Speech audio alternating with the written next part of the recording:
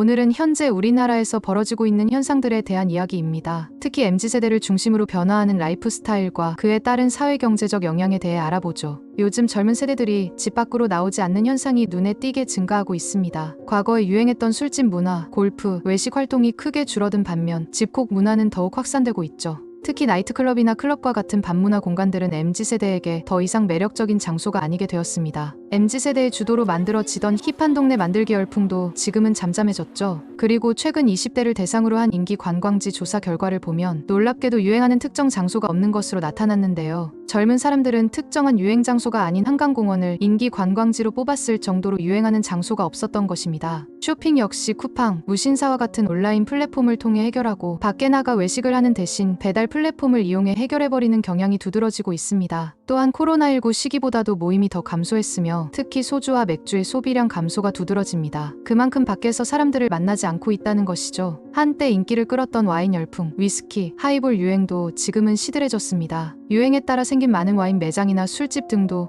점점 폐업하고 있는 추세죠. MZ세대들은 친구들과 만남보다는 넷플릭스와 같은 OTT 서비스 시청에 하루 평균 1시간 이상을 할애하고 있습니다. 과거에는 친구들과 만나 교류하는데 시간을 보냈지만 요즘은 개인적인 엔터테인먼트로 대체되는 경향이 강해졌죠. 그리고 설문조사 결과를 보면 인간관계 축소를 원하는 경향이 59%나 된다고 합니다. 사람들이 밖으로 덜 나오기 시작하면서 교통이나 중간 소비 등이 줄어들었고 전반적인 경제 자체가 위축되는 결과를 낳고 있는 것이죠. 한편 일자리 시장에서는 심각한 미스매치 현상이 발생하고 있습니다. 청년 백수가 120만 명에 달하고 30대 쉬었음 인구가 역대 최대치를 기록 중이죠. 그런데 기업들은 정작 일할 사람이 없다고 호소하고 있습니다. 이는 구직자와 기업 간의 눈높이 차이, 단기간 근무나 비정규직과 같은 불안정한 고용 형태 등 복합적인 요인이 작용한 결과라고 볼 수 있죠. 결국 취업을 포기하거나 미루고 그냥 쉬는 젊은 세대가 늘어나고 있는 실정입니다. 또한 물가와 생활비 상승도 심각한 문제로 대두되고 있는데요. 외식비나 식료품비 등 전반적인 물가가 너무 높아져서 밖에 나가서 소비하는 것 자체가 큰 부담이 되고 있죠. 거기다가 월세와 같은 주거 비용 부담도 커져서 젊은 세대의 소비 여력을 더욱 감소시키고 있습니다. 그래서 MZ세대 사이에서는 무지출 챌린지가 유행할 정도로 소비 심리가 위축되어 있죠. 하지만 기후변화로 인한 원자재 가격 상승, 미국발 관세 전쟁, 인건비 상승 등 비용 증가 요인이 겹치면서 앞으로 물가 부담은 더 커질 전망입니다. 더불어 결혼과 출산에 대한 인식도 크게 변화하고 있습니다. 친구 관계와 연애 자체가 줄어들면서 자연스럽게 결혼과 출산에 대한 필요성이나 동기도 약해지고 있죠. 그리고 결혼을 필수가 아닌 선택으로 여기는 인식이 사회 전반으로 확산되었으며 직장인의 60% 이상이 결혼은 필수가 아니라고 응답했습니다. 특히 결혼하지 않는 이유 1위가 놀랍게도 필요성을 못 느껴서라는 점이 눈에 띄죠.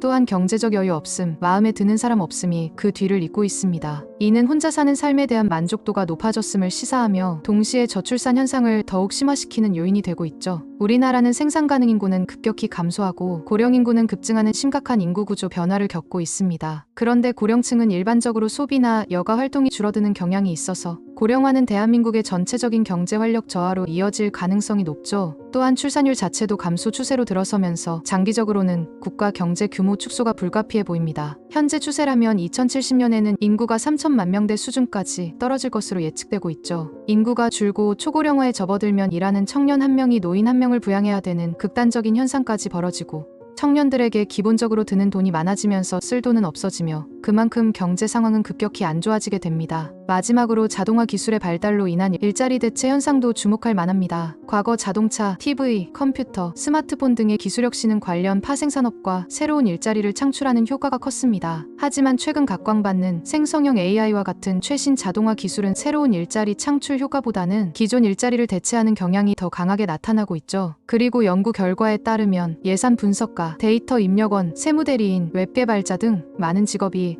AI로 인해 대체될 위험이 높은 것으로 나타났습니다. 이미 번역가나 비서, 격리, 공장 근로자와 같은 직업들은 사라져가고 있죠. 이는 결과적으로 전체적인 일자리 축소와 경제 성장 둔화로 이어질 가능성을 내포하고 있는 것입니다. 이렇게 우리 사회는 라이프 스타일의 변화, 인구 구조의 변화, 기술의 변화 등 다양한 변화를 동시에 겪고 있습니다. 그런데 이러한 변화들이 복합적으로 작용하면서 일자리 문제, 경제 활력 저하, 저출산 문제 등 여러 사회적 과제를 만들어내고 있죠. 우리는 이러한 변화와 과제들을 정확히 인식하고 미래를 대비하기 위한 지혜로운 대응책을 마련해 나가야 할 것입니다. 지금까지 지식 배터리였습니다. 다음엔 더욱 좋은 지식으로 충전해드리겠습니다. 구독과 좋아요는 사랑입니다.